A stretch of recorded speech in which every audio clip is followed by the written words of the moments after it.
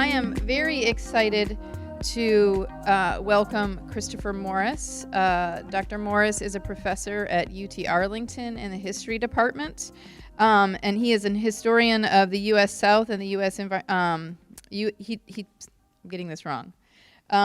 Christopher Morris is a historian of the U.S. South and of U.S. environmental history. He's the author of 2 books, The Big Muddy, An Environmental History of the Mississippi and Its Peoples from Hernando de Soto to Hurricane Katrina, and that's published by Oxford.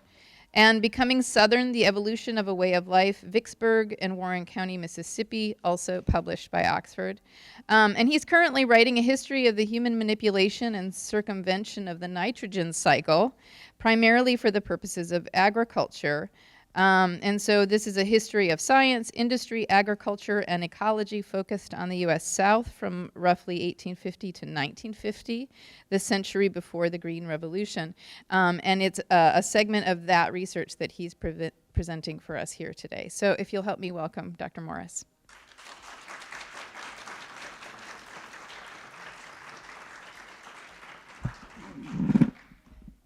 Thank you. It's a pleasure to be here. Thank you, Jeannie, for inviting me. As Jeannie pointed out, after that last session in this room, it's a tough act to follow. So I will do what I can. This is a new project for me, fairly new, and to condense a kind of global history into a fairly brief talk is a challenge. And I'm going to try to take you from Tallapoosa County, Alabama, and around the world in the early 20th century and back again, focusing on nitrogen. Synthetically fixed nitrogen fertilizer feeds and clothes the world, and over the last century, it has raised the per acre grain production 5-fold, enabling a near doubling of the global population. It's responsible for an increased production of cotton, the world's most widespread non-food crop. Over the same period, reactive nitrogen compounds released into the environment as byproducts of synthetic nitrogen fertilizer have reduced biodiversity, produced dead zones in oceans and lakes, contaminated drinking water, raised levels of atmospheric greenhouse gases that contribute to climate change, and distorted the global nitrogen cycle, which is essential for life as we know it. In a time of increasing energy scarcity, the manufacture of synthetically fixed nitrogen is incredibly intensive. It consumes about 1% of global energy production. Once considered a miracle, synthetic nitrogen fertilizer, like fossil fuels, is now a target of environmentalists, policymakers, and scientists who have called for its reduction, if not outright elimination. Between the 1850s and 1950s, a global agrochemical industry emerged to solve the problem of scarcity by freeing humanity from nature's limits. Success presented us with a new set of limits in the form of abundance of waste, pollution, and some would say people. I point out there was some discussion on the radio just yesterday. India this year is predicted to surpass China in population. And there's a lot of really interesting debates going on whether that's a good thing or a bad thing. What exactly does that mean? Anyway, more mouths being fed all the time. Nitrogen is implicated in much of modern history. Nations fought wars over guano because it was loaded with nitrogen. Industrialists devised ways of replicating guano by combining fish meal, saltpeter, blood, and other ingredients in mixtures that contained just the right amount of nitrogen. Chemists sought ways of liberating people and nations from natural processes by fixing atmospheric nitrogen synthetically. And after they succeeded, nitrogen was produced rather than found and mined. Farmers worked to bring nitrogen to the roots of their crops any way they could. They also fought to get governments to invest in new sources of nitrogenous fertilizers so prices would drop. Some farmers fought just to get access to nitrogen sold in nearby feed and seed stores. My global history of commodification of nitrogen and of turning it into a thing that can be marketed begins with and expands outward from the biography of one farmer tracing his nitrogen networks around the world and through a century of time. Like all commercial farmers, Ned Cobb, who we have here, needed nitrogen. His cotton plants required it to grow the lint that was his livelihood. Each fall, he picked and delivered his cotton to the local gin. About 30 or 40 pounds of nitrogen went with it, with each bale, including in the seeds that were removed from the cotton. The Alabama soil he worked, being low in organic matter, provided little nitrogen on its own, certainly not enough to make up for what the plants consumed and Cobb sold with his lint and seed. That left him with a deficit that he had to repay in the next agricultural cycle. Cobb had other debts. At the beginning of each planting season, a landlord or furnishing merchant, often the same person who ginned his cotton and took his lint and seeds, sold to Cobb on credit whatever he needed to get his crop in the ground and growing, including fertilizer, but only on condition that Cobb plant cotton and little or nothing else. Fertilizer paid the debt to the soil, but established a debt with the merchant, which Cobb paid in cotton and seed, which left him in debt to his soil, and so on and so forth, year in and year out. There was no breaking these cycles of debt. Landlords and merchants demanded cotton, cotton demanded nitrogen. Nitrogen arrived on his farm each spring in sacks brought by wagons from the bins of local merchants, and nitrogen left his farm each fall in lint and seed carted to those same merchants. As Cobb put it, if you don't put down the fertilize, the crop ain't going to prosper. You could buy fertilize from whomever you pleased, but you had to arrange to pay the dealer out of your crop. Cotton would not grow well without nitrogen, which fertilizers provided entirely on their terms. Nitrogen structured the economy and society of early 20th century Alabama, bracing the edifice of white supremacy. Follow the nitrogen, and one will see it did similar work around the world. In the spring of 1932, Cobb's landlord, fearful he might be on the verge of buying land of his own, conspired with local merchants to deny him fertilizer. When I got my note, after a 5-year run of being in his debt, I wouldn't sign no other. Mr. Tucker run to every guano dealer there was, Cobb recalled. He knowed 'em all, and told him not to let me have no guano. Cobb had no choice but to seek out fertilizer dealers farther afield. In a pickup truck towing a wagon, he drove 30 miles to Bullock County, where he bought pretty near all the mixed fertilizer on hand from the Union Springs Guano Company. And let me see. There we go. This map, just the star is where he lived. He very rarely ventured more than 10 or 15 miles from when he lived. This was one of the few occasions when he did travel to Union Springs down at the bottom and to Opelika. In Lee County, he bought from the Piedmont Fertilizer Company of Opelika a wagon load of, as he called it, ammonia chemical, that is inorganic or industrially produced fertilizer, made according to a method developed by a couple of German chemists earlier in the century, but which was new to Alabama farmers. As the country settled into depression, Cobb began the year in debt to no white man. Moreover, he paid his nitrogen debt to his soil. In Cobb's day, the four states of Georgia, North Carolina, South Carolina, and Alabama produced and consumed nearly as much fertilizer as the rest of the country combined, with nearly all of it spread on cotton fields, or, in the case of North Carolina, tobacco fields.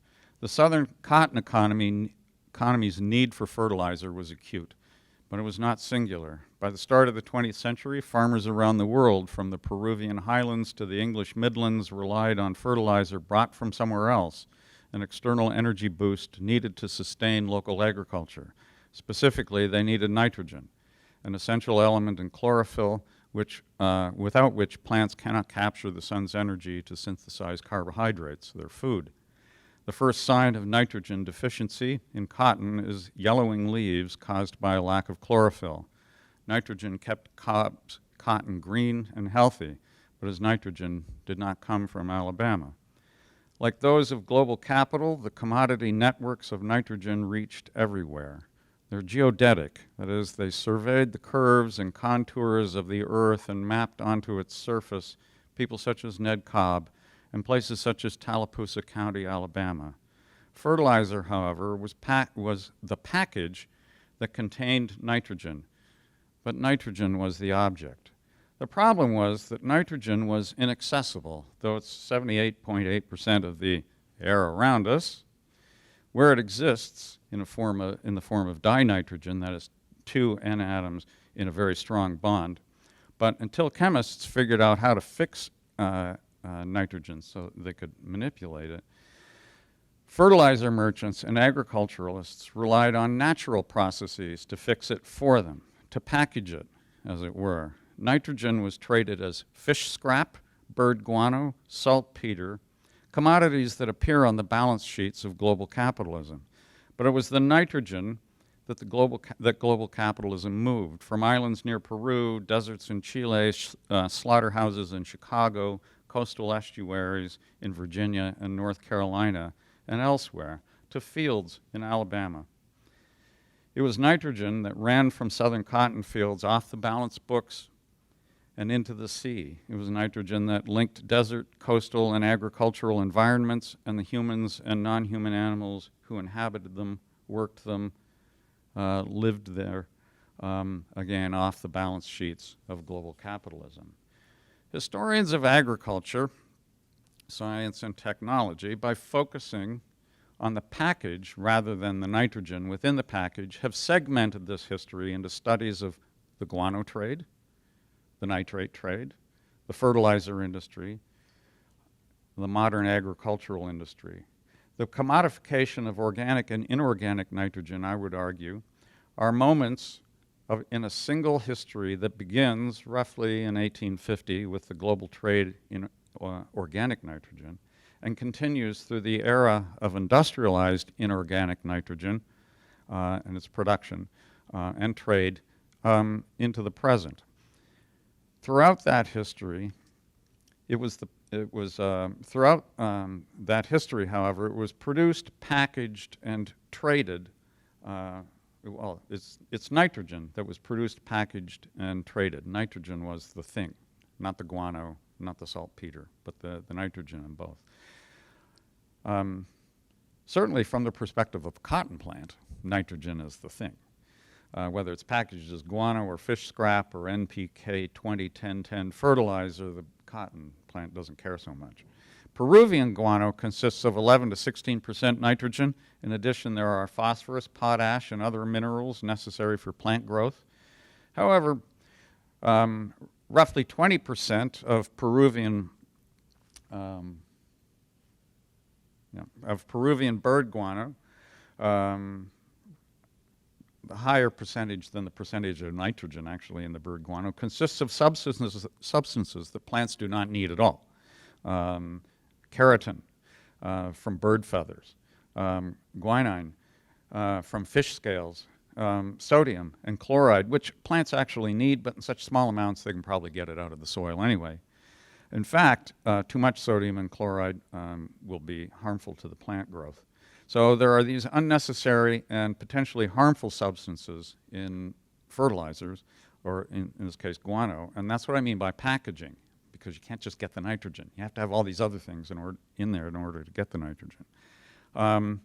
Synthetically, industrially produced fertilizer, which for cotton is typically 20% nitrogen, 10% phosphorus, and 10% potassium, contains 60% filler, which can consist of sand, perlite, rice hulls, powdered limestone, inert substances that help carry and distribute the essential ingredients. This is packaging. In many fertilizers, nitrogen is packaged within urea, a compound made of, in addition to nitrogen, carbon, oxygen, and hydrogen. Very often, grains of urea are polymerized with formaldehyde. They're packaged in plastic, which delays the breakdown of the urea and the release of nitrogen. By the early 1930s, the loamy soils of Cobb's Corner of Alabama were in poor shape. Erosion had rendered useless about 25% of the cotton's farmland. County and state agricultural agents had begun a program of terracing and planting winter legumes, and legumes such as clover and soybeans, and increasingly in Alabama at this time peanuts, are a green fertilizer because they attract rhizobia bacteria, one of nature's ways of fixing nitrogen. Plenty of good land remained in the county. Rich, smooth land, Cobb said, easy to plow, making heavy crops. White folks mostly owned the good land. Cobb considered himself fortunate when he could work for it for shares as a tenant. Renting good land sure beat owning bad, and he had a couple of moments where he owned bad land, battling hills and rocks. Rocks, he said, the size of your fist, land rough as pig iron, land so poor it would grunt sprouting peas. Good land or bad, it all needed fertilizer. A survey undertaken by the U.S. Department of Agriculture Bureau of Soils reported that the stony land Cobb worked required a fertilizer higher in nitrogen, but that even the best lands, those that produced a half bale of cotton or more per acre, benefited from, the report said, liberal use of fertilizers. When not fertilized, the yields are much lower, the report stated. The Bureau recommended a fertilizer with 10% phosphoric acid, 2% nitrogen, and 2% potash. Probably the most common formula for cotton farmers at that time, although what was in the fertilizer varied considerably. A brand with those specifications mixed and sold by the Piedmont Fertilizer Company contained a mixture of peacock guano and livestock blood and bones. Many distributors sold fish meal produced by the Virginia-Carolina Company, a conglomerate headquartered in Richmond, but having factories across the South, including in Shreveport, we can see down here. Probably the most common fertilizers were made of cotton meal seed, or cottonseed meal, like the brands produced by the Notasulga Cotton Oil Company, which was just down the road from Cobb's home, and one of the businesses that blacklisted him. Fertilizer formulas varied, and manufacturers guarded recipes, so advertising was notoriously misleading. One could only guess, for example, at what was in Boozer's Booster 1022 fertilizer, which was made in Anniston, Alabama. They didn't say. There were state inspectors that regularly analyzed the fertilizers, and there were increasingly chemists who were hiring themselves out to individual farmers and fertilizer merchants to find out what exactly was in these things. Applications of fertilizer to southern cotton fields began in earnest just before the Civil War. Peruvian guano was then the fertilizer of choice. European nations and the U.S. And Canada wanted guano and argued and negotiated and sometimes warred over access to its sources.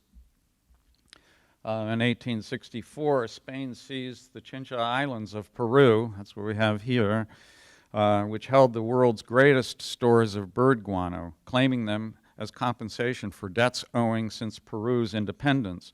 War broke out and quickly spread to several other South American nations. Great Britain seriously considered just taking them in a deal that would have seen Britain relinquish Gibraltar to Spain. In the end, Peru claimed the Guano Islands and in 1872 halted all exports. This is just before that. Ships from all over the world lined up waiting their turn to be loaded with guano. But by 1872, when Peru cut this off, it was because foreigners, and the British especially, had shipped off nearly 10 million tons of guano, stripping the islands nearly bare.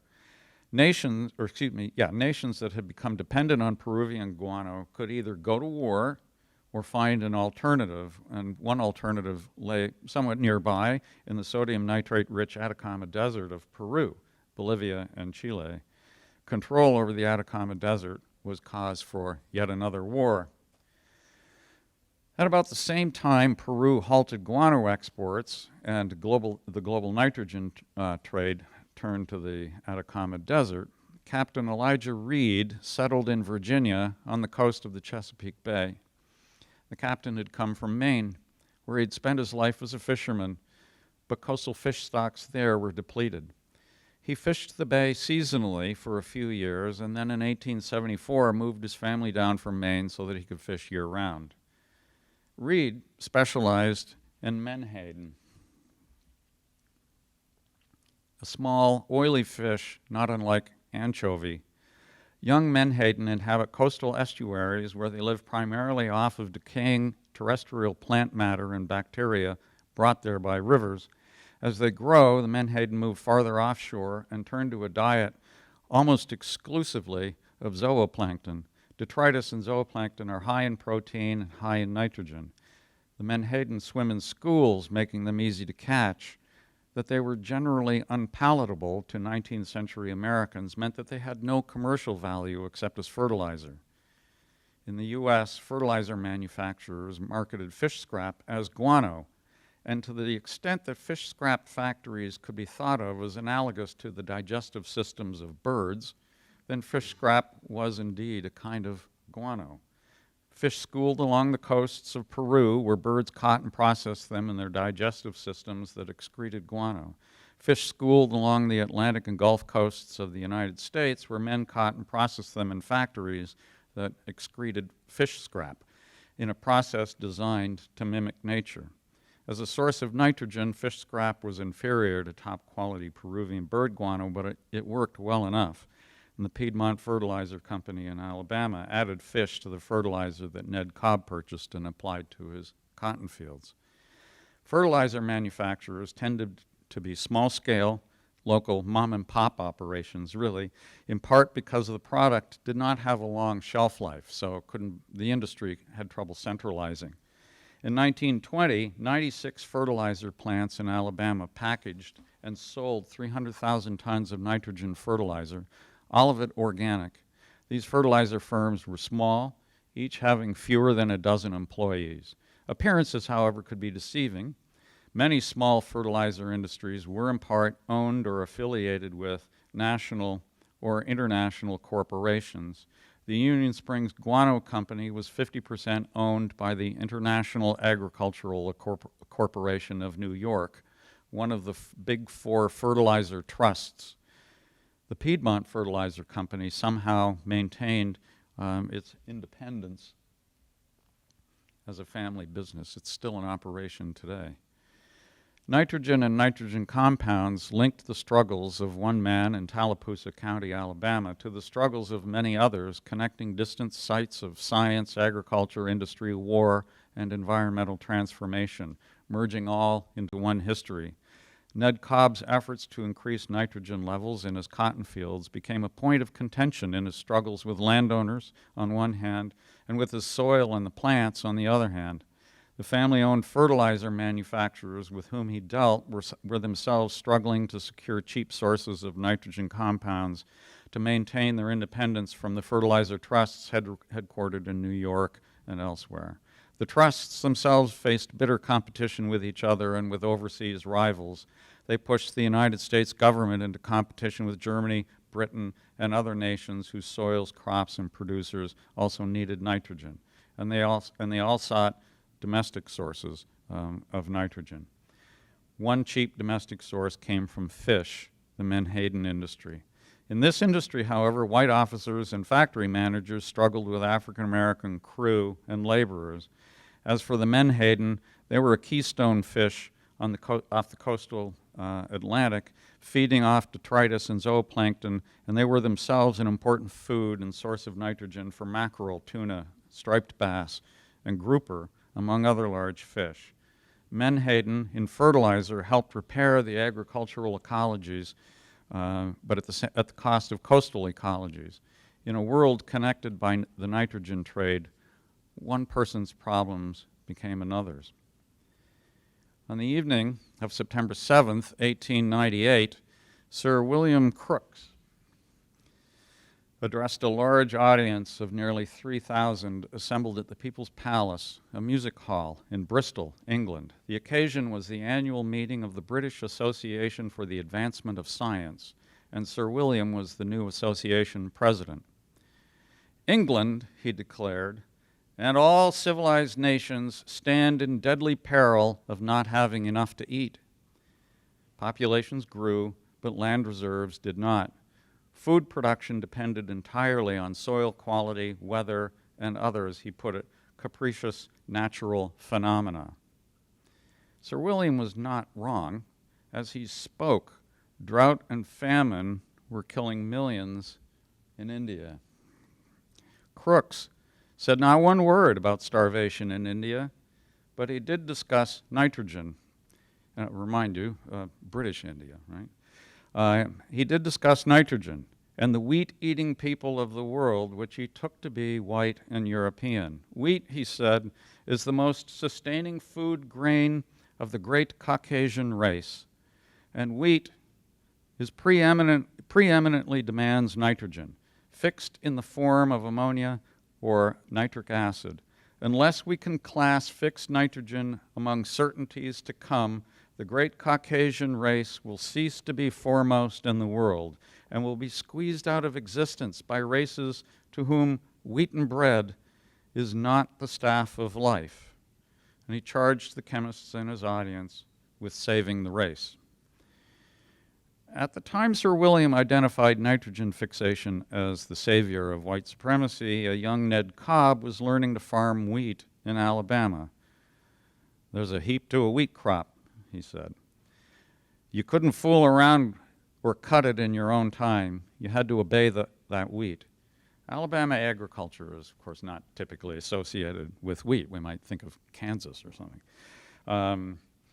But in the days after emancipation, black farmers sought economic independence by, among other things, raising their own food crops. I ate many a biscuit made from wheat grown here in this country. In the years after Reconstruction, as white men regained control of land and labor through what became known as the sharecropping system, wheat, Cobb recalled, give out in this country until there was none of it raised here when I began farming myself. No white landlord tolerated black tenants who farmed wheat. Cotton brought the money, he said. Wheat was cheap. For Cobb, cotton was food, and cotton, just as much as wheat, needed nitrogen. Without it, he was as likely to starve as the British Empire's dependent Indian subjects. It was not English scientists who answered Crookes' call. By 1900, German and Norwegian chemists had developed calcium cyanamide, a synthesized nitrogen compound. In 1907, Frank Washburn founded American Cyanamide and planned to produce the compound commercially in Alabama.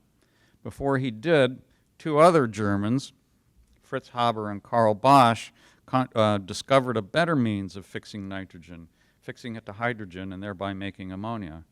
When Cobb purchased his bag of ammonia chemical, he purchased inorganic fertilizer with nitrogen in it, fixed in the Haber-Bosch process.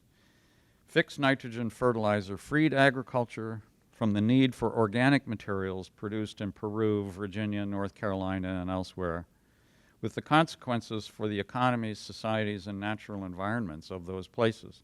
Indeed, fixed nitrogen transformed agriculture and all the struggles over agriculture in the American South and around the world. Rather than thinking analogically, how do we produce something that is like bird guano? Chemists were thinking abstractly of chemical properties and structures, and how can we fix nitrogen, how can we attach nitrogen to other elements inorganically. They circumvented the organic processes of the global nitrogen cycle and replaced it with something entirely new, synthetic, inorganic. The organic industry peaked in the 1930s, replaced by a new industry that packaged and commodified inorganic nitrogen. Cobb spent those traditional years in prison. He had helped defend a friend against a furnishing merchant's effort to seize property for unpaid debts, including unpaid fertilizer debts. There was no due process, no court case. One day, the deputy sheriff just arrived. Word was he was going to seize property for unpaid fertilizer and other debts from several black farmers. Cobb had had enough. In a shootout, he was wounded and later arrested. He was in jail when white authorities caught and killed his friend. Cobb spent 13 years in prison, emerging in 1945 into a very different world. And at the time of his death in 1973, rural Alabama was in the midst of a social and political revolution, owing to the hard-won victories of the civil rights movement. An economic revolution caused by World War and the dissolution of the European empires, and by changes in the world cotton industry and the mechanization of agriculture in the South. The flight of African American laborers away from the plantation belt all resulted from and contributed to this political and social revolution. Nitrogen played no small role in all of this change. American-made inorganic nitrogen supplied Southern agriculture cheaply so that it required less labor. Rather than scheme to hold black laborers in debt, white merchants and landowners began to let them go, to replace them with tractors and mechanical pickers, agricultural extension agents and chemical company representatives who replaced farmers as agriculture's experts. The application of chemical fertilizers encouraged the development of other inorganic agricultural chemicals, often by the same companies that produce the fertilizers, herbicides and pesticides. Agriculture, and in the U.S., Southern agriculture most of all, was by the 1970s thoroughly chemicalized, with inorganic nitrogen fertilizer leading the way. Chemicalizing, nitrogenizing Alabama agriculture involved many struggles, human and non-human. The legacy of what is often called the Green Revolution is a host of new struggles for survival, as great as those faced by Ned Cobb, and maybe greater. And I don't have time to go into it, but there's an interesting sort of final chapter to this. When Cobb comes out of prison, his son is pretty much running his farm and supporting the family. And agriculture has changed, and it's mechanized, and it's chemicalized. And as far as the son is concerned, his dad doesn't know really how to farm. He needs to step aside. And so you get this father-son struggle that emerges in part. I mean, it's generational, of course, and in that level it's nothing new, but part of what they're fighting over is how you work with the soil and the plants. And this involves nitrogen. So I'll stop there and ask if there are any questions.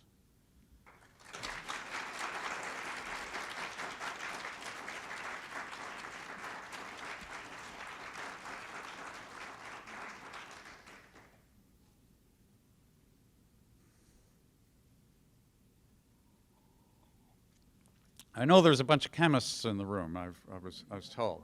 So you know, I'm gonna hold on and be prepared to be set straight. Go ahead. So, Joshua Lawrence, chemist, guilty as charged. Have you? So I know that you're mostly looking at, older history, but have you looked at any of the recent history of attempts to find different methods of nitrogen fixation? No, I haven't.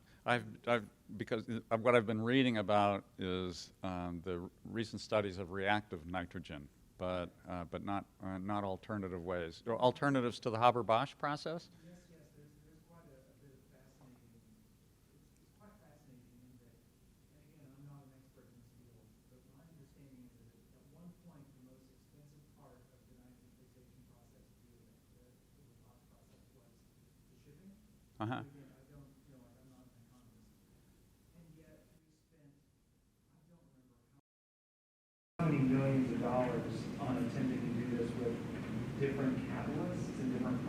processes, and like I think that one of them that worked on it so much was the Dick Schrock, who won a Nobel Prize for something different.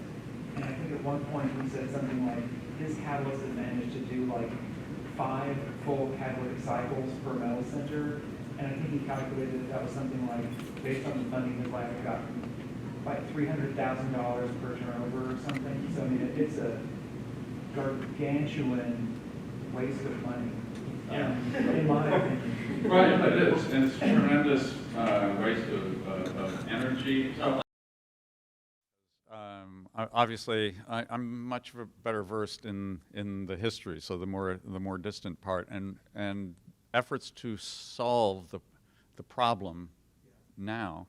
I have to learn about, but 100 years ago, the problems with nitrogen fertilizer, the energy to split N2 was incredible. So the reason why American cyanamide was going to open up in Alabama was they were going to use hydrological power in the Muscle Shoals era.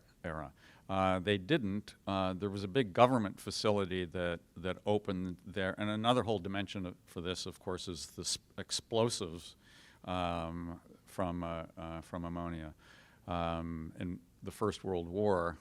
So the government took over the plants in Alabama and turned it into an explosives munitions factory. And the American chemical companies moved to Niagara Falls, where there was more power there. The reason why cyanamide that process was developed in the Scandinavian countries was because of the hydrological power there. So that was the Haber-Bosch process solved somewhat the energy problem, but it still became a problem. And reading the reports of chemists and engineers from this time, it's fascinating because the way they talk about it is the way people talk about cold fusion today. If we can figure out a way to separate these two nitrogen atoms from each other in essentially, a low energy way, we can solve all the problems of the world. And of course, they never really figure that one out. And the other problem is because the nitrogen escapes into the air so quickly, then selling it, distributing it, warehousing it, you can't really, and that's what the polymerized urea is all about. Because if you put it on the fields, it all goes right away, and it's like, well, what are you supposed to pay and do this all over again every month in the agriculture? So they've come up with ways to slow down the release. But the point is, in order to solve the problem of productivity of the soil by adding nitrogen to it, there's so much energy and there's so much waste involved. Right? Yeah. So this is super fascinating. It strikes me. I'm glad to hear that, because I sit writing and now every now and then I have these moments and I think, man, writing about fertilizer. So you don't know. I mean, it seems like a very exciting kind of new take that is maybe reconceptualizing how we think about this past era. Yeah. So I feel like what I'm missing is the historical context. So are you basically saying this, throw out all the old stuff, it's all about nitrogen? Or are you feuding with people who say, no, it's all about I don't know, sulfur or something, right? Or salt helps us understand all of this. I'm not disagreeing with any of them. In fact, I'm using those studies. But for me, there's a conceptual difference. It dawned on me one day, I don't know, probably while I was lying awake at 3 o'clock in the morning, that the studies of the history of guano or the history of Chilean saltpeter, and all these other industries. The industry of industrial nitrogen fixation. They're all treated as separate histories, and really what they're all about is the nitrogen. Nobody wanted to put guano on their fields. What they wanted to put on their fields was the nitrogen that was in the guano, and they had to get the rest. And so I started thinking, well, it's like when you buy fast food. You can't just get a cup of coffee and say, like this, it has to come in a container. You don't need the container. You're not going to ingest it. It's just the package that contains what it is that you really want. And all of these other things are exactly that, because farmers can't just take nitrogen and put it in the roots of their plants. And so that changed the way I saw this history. Suddenly it appeared as one very big history. And all of these segments are really just chapters in this history about capturing and nitrogen, not just so it can be used, but so that it can be commodified. It can become a thing that is bought and sold, right? Jeannie. How did you find Mr. Ned Cobb? And can you tell us a little bit? Oh, yeah, sure. For historians of the early 20th century South, he's kind of famous, actually. In the late 60s, early 70s, a then graduate student from Harvard was studying the activities of the Communist Party in Alabama, which became kind of famous in Alabama because the members of the party defended the Scottsboro Boys. If you're familiar with that history, a group of young black men who were falsely accused of raping a white woman and became national news. And the Communist Party started organizing among black laborers in Alabama and across the South, tenant farmers in particular. And Ned Cobb was involved in that. He was one of the people who was organized. So this graduate student from Harvard goes down. He gets word about Ned Cobb, and he interviews him, and he asks him a couple of questions about the tenant farmers union that the party was organizing. And he says, well, it all began in 1885 when I was born. And he starts spilling this story. And the graduate student interviewing him gets way more than he asked for. And he recorded hours and hours and hours of them. He put the recordings are digitized and available through the University of North Carolina. But Ted Rosengarten took the interviews and edited them and published them in a book that won the National Book Award in the 1970s. So it is and Ned Cobb is kind of famous. There are all sorts of questions about the truthfulness of the stories, although I don't think about applying guano to fields. It's more where some of the questions have been raised have come from some of his family's members. It's like, no, my dad wasn't exactly the man he represents himself as being, or the father he represents himself as being. So there are other interviews subsequently with other family members, but it's a fascinating read. And guano merchants, guano dealers, they appear throughout, and they're cutting them off, or they're running off with black women, and that's an issue in both the black and the white community.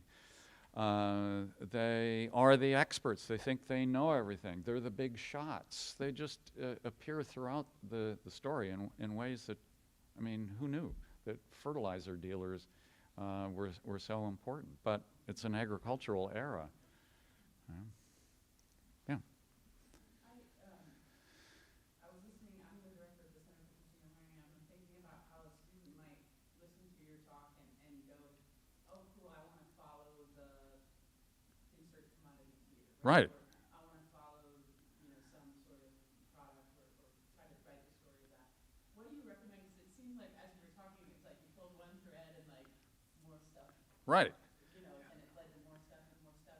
How do you design a project like this? A way to study something like this? Right. Well, one thing is you can't pull every thread. So I first got interested in the subject because I was reading All God's Dangers, which is the title of the autobiography, the dictated dictated autobiography of Ned Cobb, and all the names are changed in the public version. It's Nate Shaw in the published version, but you can figure out who everyone is, where everything is, and everything. Because I started with him, he keeps me grounded. So if I start to get too far away from Ned Cobb's world and Tallapoosa County, Alabama, then I realize that's a thread that I don't need to pull. Because a global history like this can really get out of hand quickly. And there are so many other fascinating stories, and some of them have been written pretty well. The story of Fritz Haber, the guy who figures out how to fix nitrogen, he produced weapons for the Germans in the war. He was married to a pacifist, so the marriage didn't survive, and she ended up committing suicide as he's moving from the Western Front to the Eastern Front, watching deployment of chemical weapons that he's produced. After the war, he continues to work as a chemist. It's his laboratory. He's Jewish. But he's converted to Lutheranism because it will help his career. And he's a chemist working in a lab that comes up with Zyklon B. And it's the 1930s, and he's told by the Nazi Party to fire all the Jews in his laboratory, and when he's done that, fire himself. And he gets out of the country. His son convinces him to leave, and he goes to the UK, and he works for a while at Cambridge, and that's uncomfortable because all the scientists, all the professors at Cambridge were in the First World War, and they experienced his chemicals, and they don't want anything to do with him. So he leaves, and there's a philanthropist who's starting a laboratory in Palestine, in what becomes Israel, and Fritz Haber is on his way there when he dies of a heart attack in Switzerland in like 1945. It's just before the end of the war. It may have been 44. And he loses family members in the concentration camps, in the death camps. They die of Zyklon B, which his laboratory produced. I mean, it's incredibly tragic. That's a whole other thread, right? That has nothing to do with Ted Cobb, so I don't need to go there, except every time I tell the story, people say, oh, you need to tell that story, and I can say, I don't need to. Other people have. But there are so many stories like this. I mean, I've come across the stories of the miners in the Atacama Desert, and where they come from, and a lot of them are local, and a lot of them are immigrants. I mean, it's just, I don't know. There's a lot. So, to answer the question, find something that you can focus on, that you can tie all these other threads to, and you have to be able to let go of the things that you can't tie to your focal point. Yes.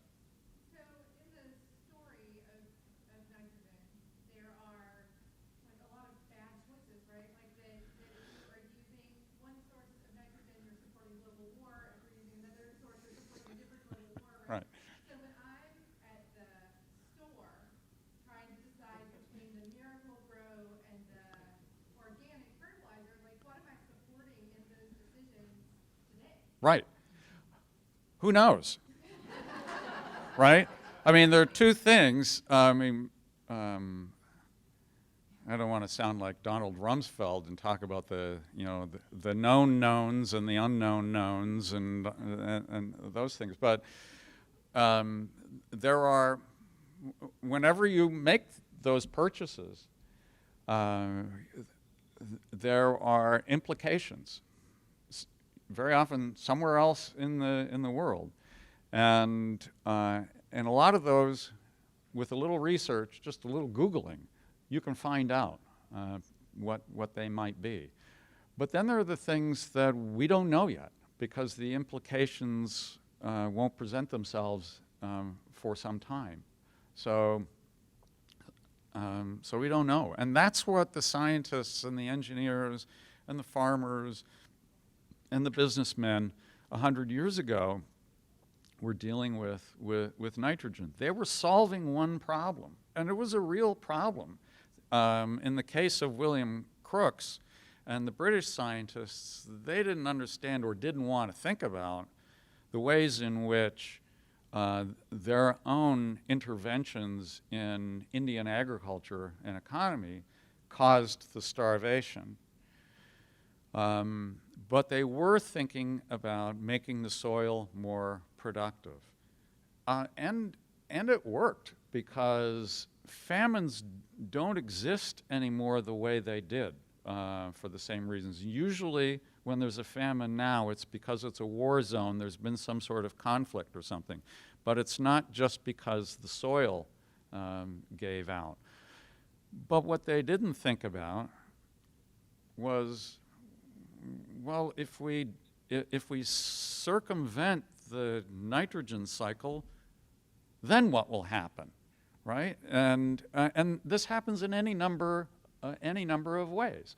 I wrote a book on the Mississippi River. Well, if we just stop it from flooding, problem solved. No, it just presents another series of problems. And that's the way, as Jeff Goldblum said in Jurassic Park, life finds a way.